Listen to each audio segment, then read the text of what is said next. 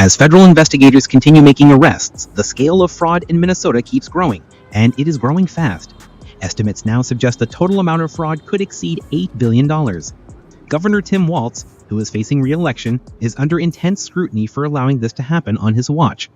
His administration claims the state has paused affected programs, brought in outside auditors to assess the damage, and taken steps to prevent future abuse.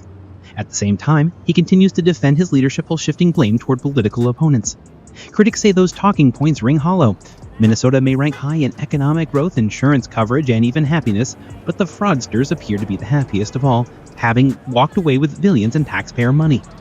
Fox News has obtained photos of a Somali illegal immigrant, later identified as Abdul Dyer Ibrahim, posing alongside powerful Minnesota Democrats, including Representative Ilhan Omar and Governor Tim Walz. Ibrahim entered the United States in 2000 and had had a removal order since 2004. He also has a prior conviction in Canada for asylum and welfare fraud. Despite this, he was granted temporary protected status for a decade, even though officials now say he never should have been eligible. As the scandal widened, Congresswoman Ilhan Omar responded by shifting blame away from those accused of stealing the funds and toward law enforcement agencies. She suggested that the stolen money had somehow flowed into terrorism, then the failure belonged to the FBI and the courts for not detecting and prosecuting it sooner. Political commentators were quick to push back. They argued that the real failure lies with those in leadership positions in Minnesota who allowed such massive fraud to unfold. Both Omar and Walz now find themselves at the center of public outrage, as many wonder how a scandal of this magnitude could go on for so long without meaningful intervention. The largest single component of the Feeding Our Future fraud involved a restaurant in South Minneapolis called Safari Restaurant. The owners and operators of that establishment were later convicted on multiple felony counts. Ilhan Omar had close ties to those individuals. At one point, she even filmed a Facebook video inside the restaurant while the fraud was actively underway, endorsing the operation in the Somali language. The restaurant owner was later convicted on 21 felony counts. Now the question being asked is simple: how could this have happened? One investigation revealed that a Somali fraud ring in Minnesota stole more than $1 billion from Medicaid alone. Medicaid programs are run by the states, meaning oversight fell directly under the Walz administration. According to a Somali-American fraud investigator quoted by the New York Times, officials feared political backlash and deliberately avoided taking action. When scammers realized that no one was guarding the cash register, the fraud exploded. One housing assistance program ballooned to $104 million after being projected at just $2.6 million 4 years earlier. Officials are now pausing new licenses for disability service providers after an application surged by 283%, while the number of people actually needing those services rose by only 25%. Critics say the math simply does not add up, and it mirrors the same pattern seen in previous fraud cases. When confronted with claims that individuals connected to her political campaign were involved in this scheme, Ilhan Omar denied knowledge of any wrongdoing. She stated that campaign donations tied to suspicious individuals were returned, and claimed she had previously alerted authorities about possible fraud. However, skeptics point out that this acknowledgement came only after years of investigations and national exposure.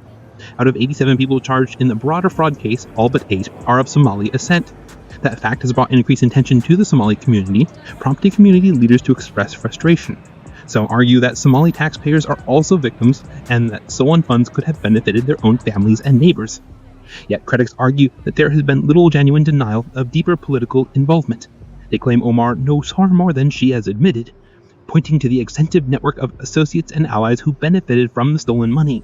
The argument is that this was not just a failure of oversight, but a breakdown of accountability at the highest levels of state leadership.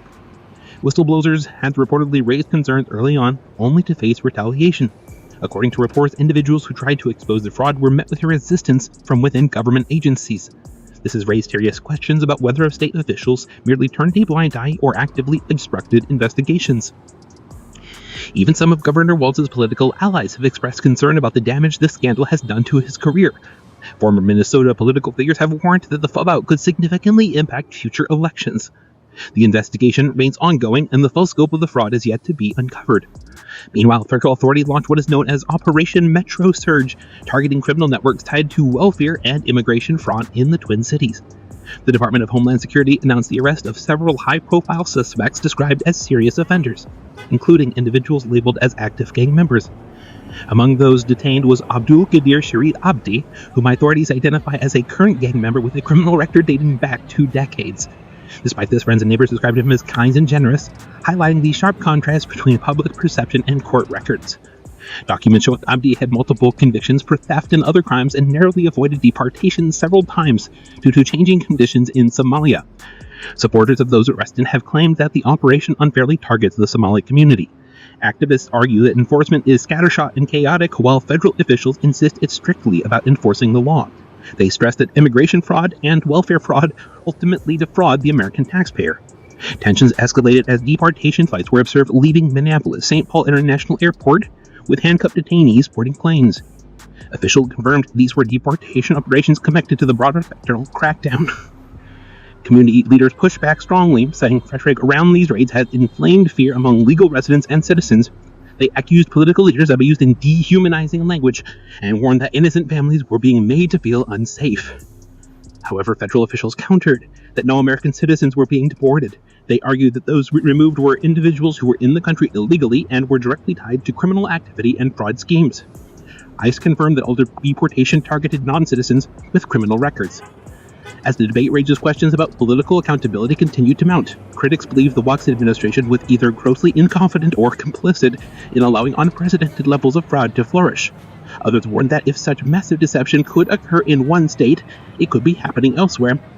The Department of Justice has pledged to continue its investigation and bring all responsible parties to justice. Yet many believe the truth will be whether political leaders who benefited from the system are ever held accountable. For now, the scandal continues to unravel, with more revelations expected in the months ahead. The only certainty is that billions of taxpayer dollars are gone, and the trust between government and the people of Minnesota has been deeply shaken.